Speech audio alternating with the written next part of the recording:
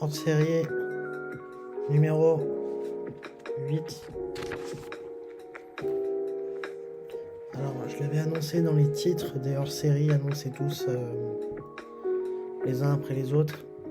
J'avais dit que à partir de 8, on était sur l'horoscope chinois et japonais commun.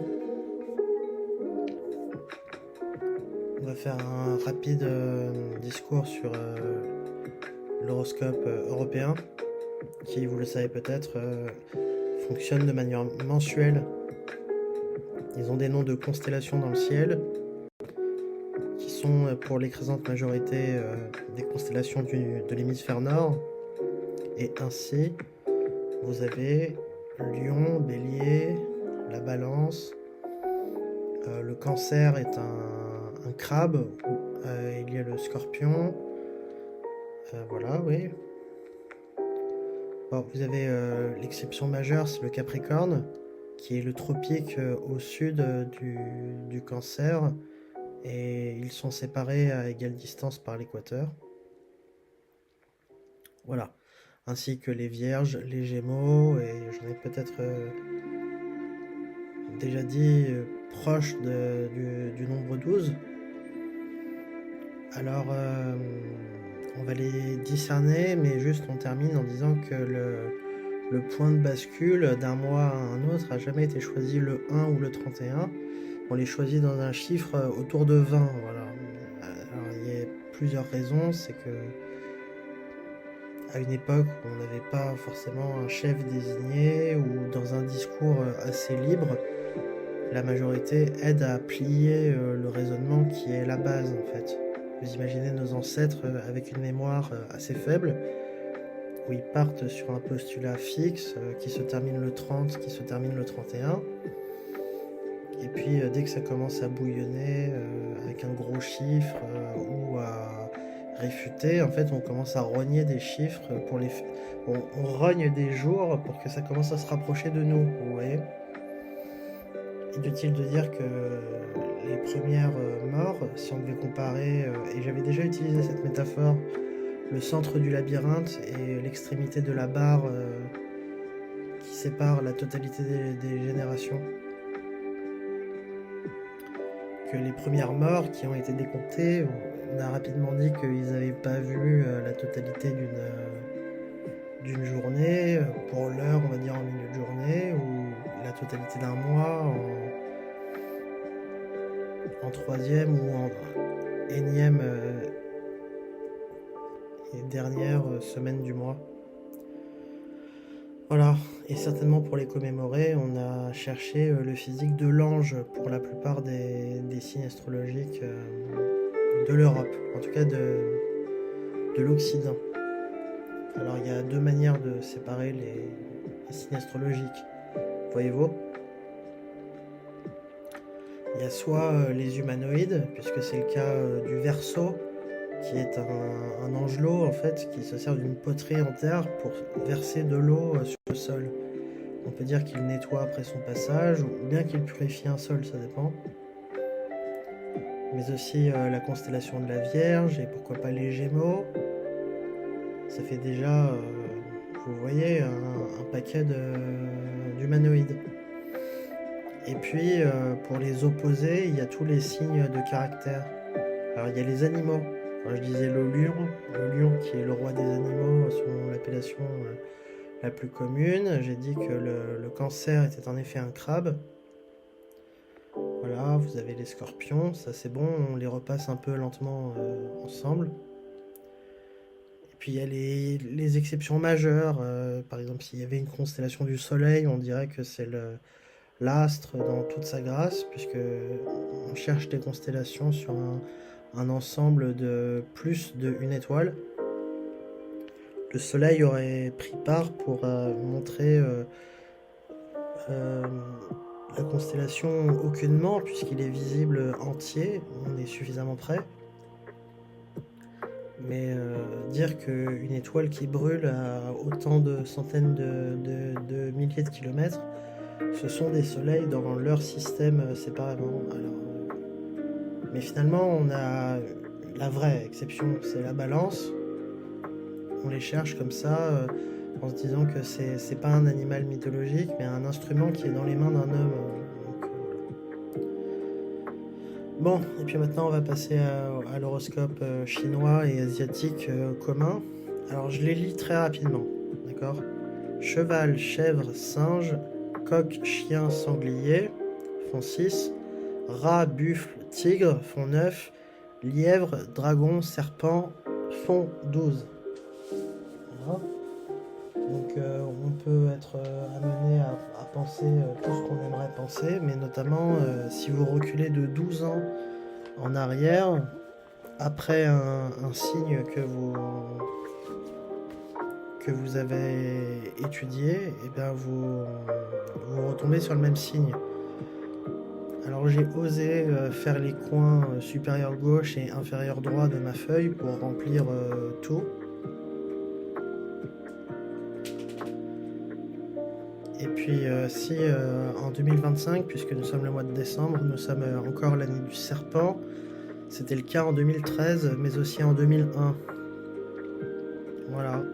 Et si vous voulez relever la totalité des années précédentes, c'était en 89, mais aussi en 77 et en 65, mais aussi en 53 et en 41 et en 1929 et en 1918. Voilà, là on vient de se filer un peu le tournis quand même. Donc est-ce qu'il est possible de les avoir appris par cœur juste en escantant? Alors il y a CCS, c'est cheval, chèvre, singe. Et CCS une deuxième fois, coq, chien, sanglier. Vous voyez comment est-ce qu'on pourrait les avoir les 6 premiers d'une décade assez rapidement. Et puis pour les suivants, alors il y a rat, buffle et tigre. Peut-être si vous faites référence immédiatement aux fables, une fois que vous avez dit le rat des villes et le rat des champs, vous avez peut-être un vent à décorner les buffles par exemple. Et c'est vrai que c'est le lion et le rat, mais pas le tigre. Mais vous avez leur cousin en tout cas par l'image. Et à la fin, lièvre, dragon et serpent. Alors comment est-ce qu'on apprend 6 ou 3 et 3 ou 2 et 2 et 2 par exemple? C'est pas facile non plus. Le lièvre fait également partie de la fable de La Fontaine, avec une tortue. Et dernier, j'ai dit dragon et serpent, eux-mêmes sont des cousins ensemble. Ils sont ovipares, connus pour leurs écailles. Ils ont presque leur langue fourchue dans l'un cas et dans le deuxième. Bon.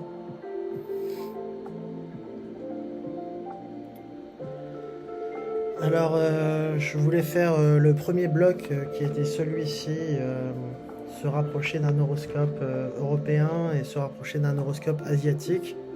Dans un deuxième bloc, il y a bien quelque chose qui me vient en tête. C'était expliquer les mudras et matrak. Ce sont des... Vous allez voir, ce sont des fantaisies avec les doigts qui permettent de se rapprocher de l'animal sanctifié, mais aussi de son caractère en japonais.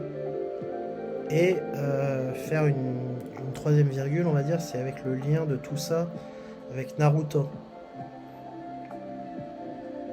Alors je vais répondre dans le désordre. Si vous faites un 7 en bavant un peu et en mettant une ombre, un début d'ombre au pied du 7, vous avez le rat qui éventuellement est sur ses pattes arrière. On voit la tête du rat, mais aussi les pattes avant qui se relèvent et la queue au sol.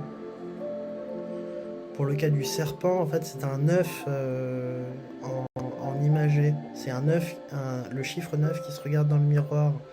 Alors vous voyez le serpent qui est sur le sol, c'est sûr.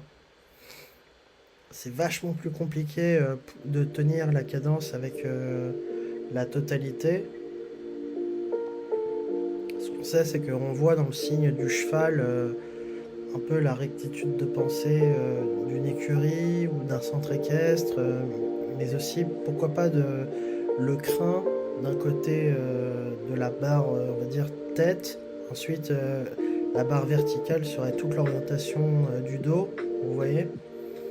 avec les 4 membres qui seraient peut-être représentés par les 2 barres horizontales et la colonne vertébrale par la barre verticale. Et tout ceci est très difficile quand on commence à se rapprocher du coq. Il faut vite dire qu'il s'agit du poulailler lui-même. Un carré avec un clapet au-dessus et un fond de paille en dessous me paraît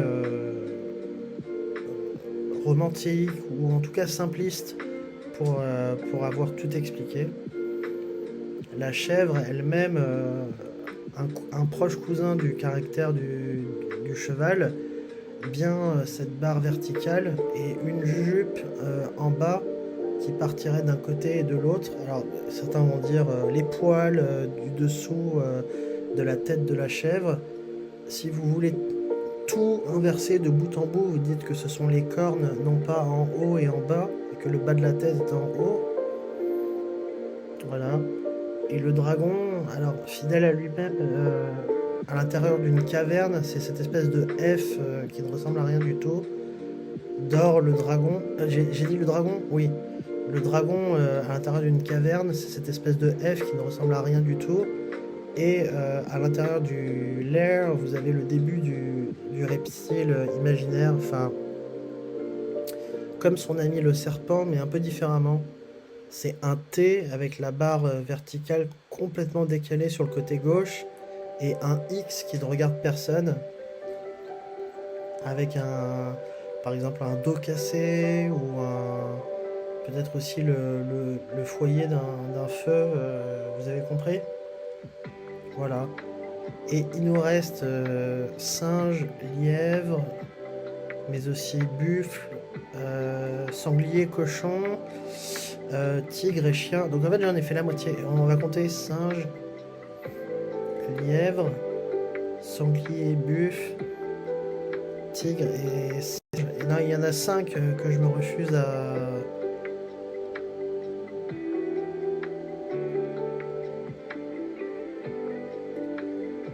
commenter, tellement ça me paraît difficile.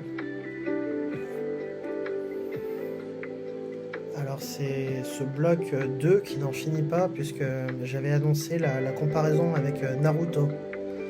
En fait, comme j'avais dit que le Japon précédemment était un pays avec des facettes, il y a une partie des facettes qui est inexorablement tout le temps cachée. Et on peut assimiler au personnage de Orochimaru l'homme le plus ennemi, on va dire du plus de ninjas pendant le plus longtemps. Ce serait peut-être lui le méchant qu'il est important de retenir, qui cherche à défier la mort mais d'une manière un peu spéciale puisque lui connaît la nécromancie ainsi que la réincarnation. Alors son animal fétiche est le serpent, qui s'avère être l'un des animaux du zodiaque chinois et japonais. C'est l'une des premières choses qu'il faut retenir. Bien entendu, le serpent connaît des mues de la peau selon certaines espèces et peut pondre des œufs selon d'autres espèces. Alors, ce qu'il fallait bien comprendre chez tous,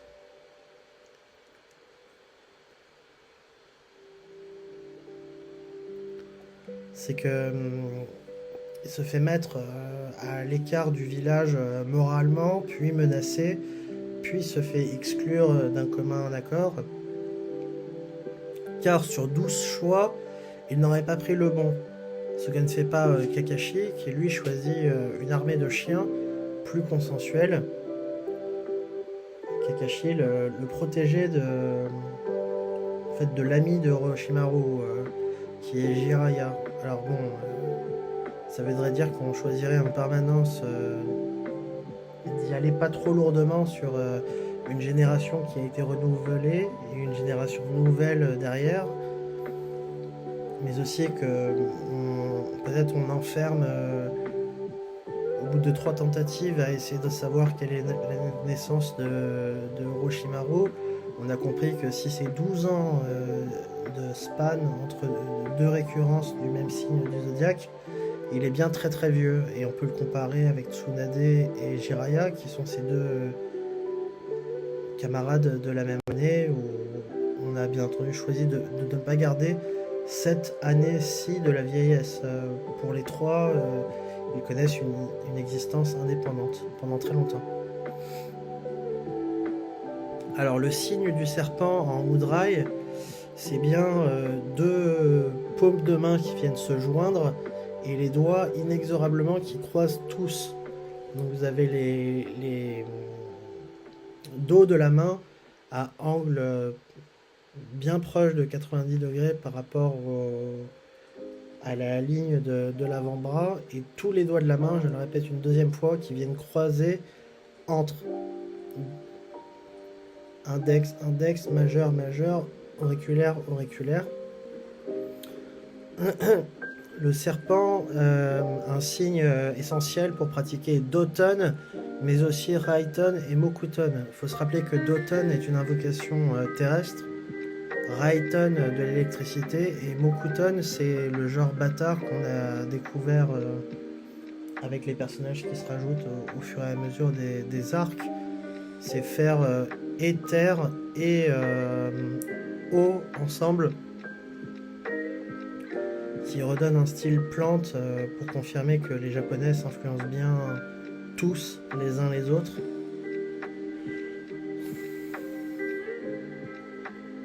Et nous confirmons qu'avec le signe serpent, on a 3 adeptes de la malédiction, ou en tout cas du camp du méchant. En fait, c'est plus simple de dire que les Moudrai Matrak est la bonne cousine du Kama Sutra par rapport à l'Inde et le Japon, puisque le Ra est un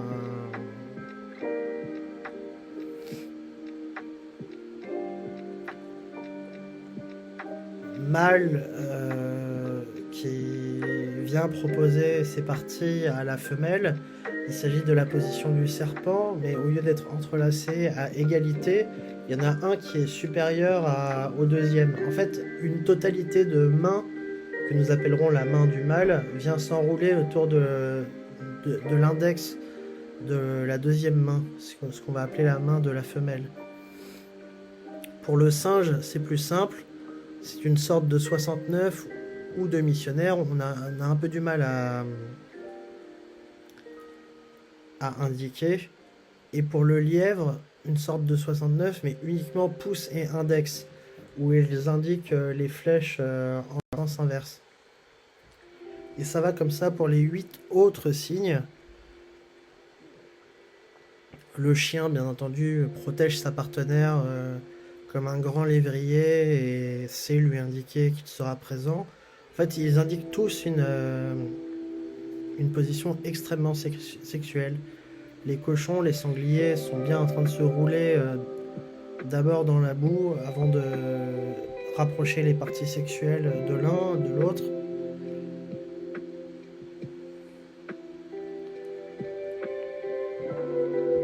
Voilà ce qu'il en était pour les Moudrai Matrak.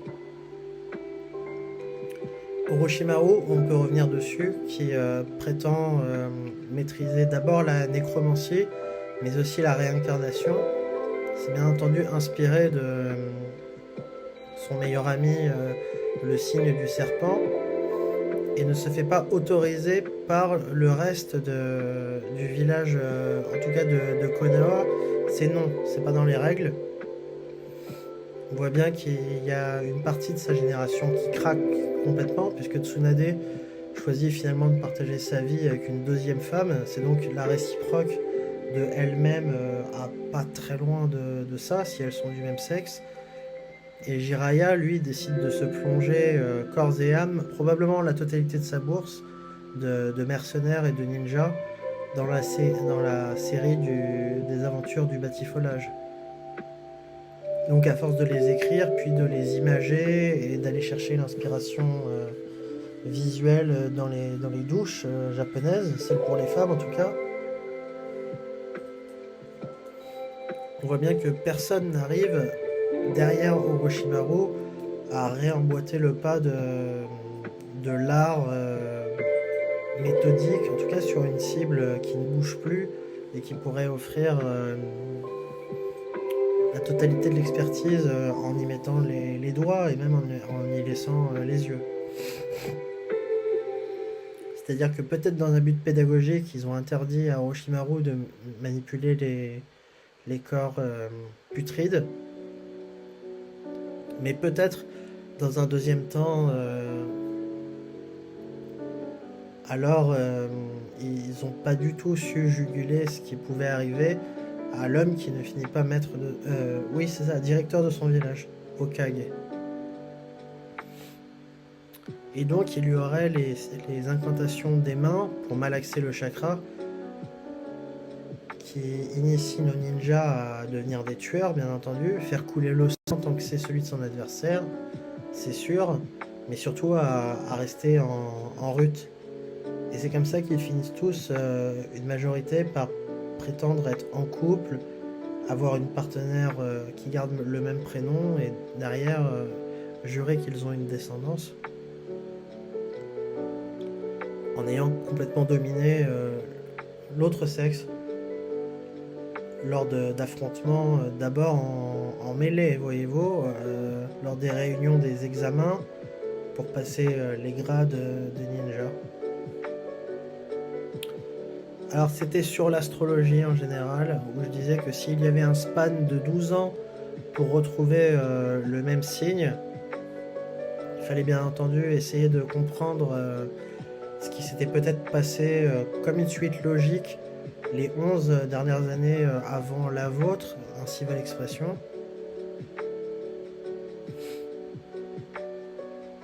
Alors il y a une majorité d'animaux qui se ressemblent tous, puisqu'ils ont l'appendice queutale encore très développé, voyez-vous.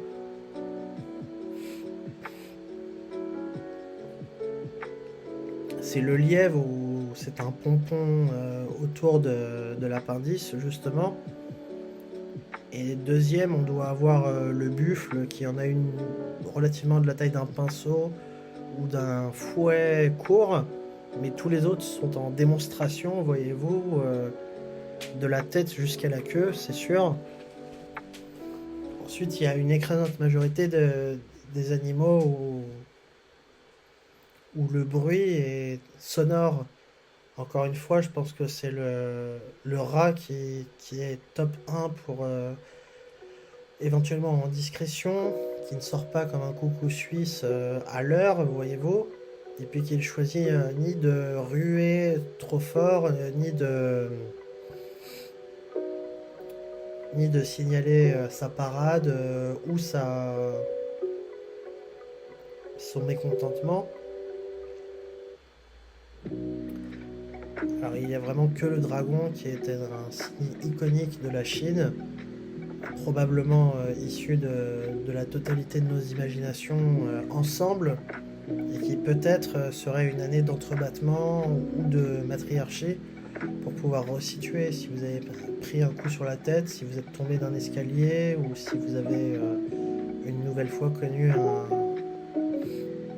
une mésaventure très grave.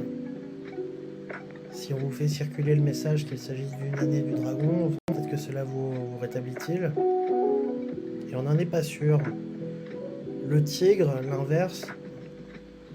Et comme ça, comme j'avais dit qu'avec nos racines françaises, les fables pouvaient vous donner un ordre pour les réciter par cœur.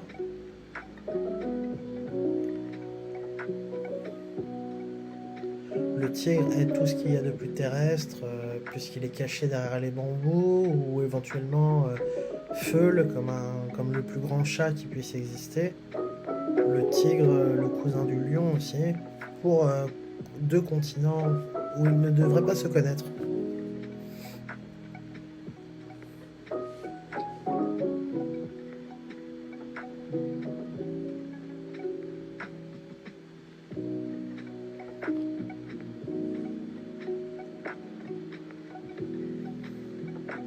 Et puis c'est ainsi.